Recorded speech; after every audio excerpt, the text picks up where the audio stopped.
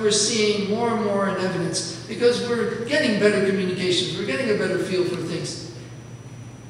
Are all the human beings around the globe human? Are some of them maybe more human than others? Is it possible that some might be less human than others?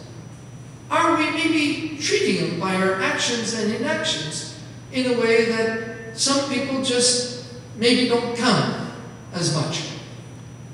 And I put two examples up there to sort of give you a reference in that argument. At about the same time that the genocide in Rwanda was going on, we had the ex-Yugoslavian campaign going on. It had been going on, and it kept on going for about 6 years. Well, the question is why, when there were more people killed, injured, internally displaced, refugeed, and raped in Rwanda in 100 days, did we pull out the troops and nearly completely abandoned the mission totally, while in ex-Yugoslavia, we poured in 67,000 troops?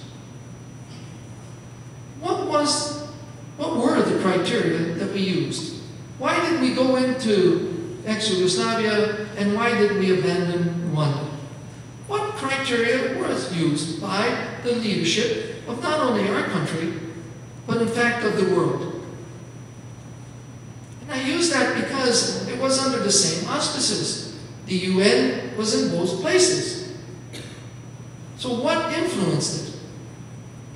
And how was it that ultimately, as the subtitle of my first book was, Shake Hands with the Devil, is the failure of humanity in Rwanda? Yes, Rwandans slaughtered Rwandans, and they lost their sense of humanity. In fact, they called their targets, they called those that they killed, cockroaches. Interesting, Gaddafi used the same term not long ago. So there was a loss of sense of humanity in a country that was 90% Catholic. A country where the Pope had been there in 1992, barely a year and a half before the actual genocide. So they lost their sense of humanity amongst themselves in order to maintain power. But the rest of the world lost its sense of humanity. The 193 other countries of the world abandoned Rwanda.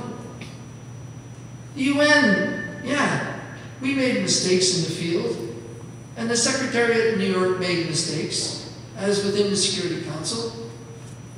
But really, the failure of humanity in Rwanda was the fact that the 193 other countries that make up the UN, that provide the UN with the resources, that move the mandates and the authority, that move the troops and diplomatic efforts and humanitarian aid, the 193 other countries, they abandoned Rwanda. They decided not to give the UN any of the political will nor the resources to not only prevent the genocide, but to stop it. So we took that decision. Why?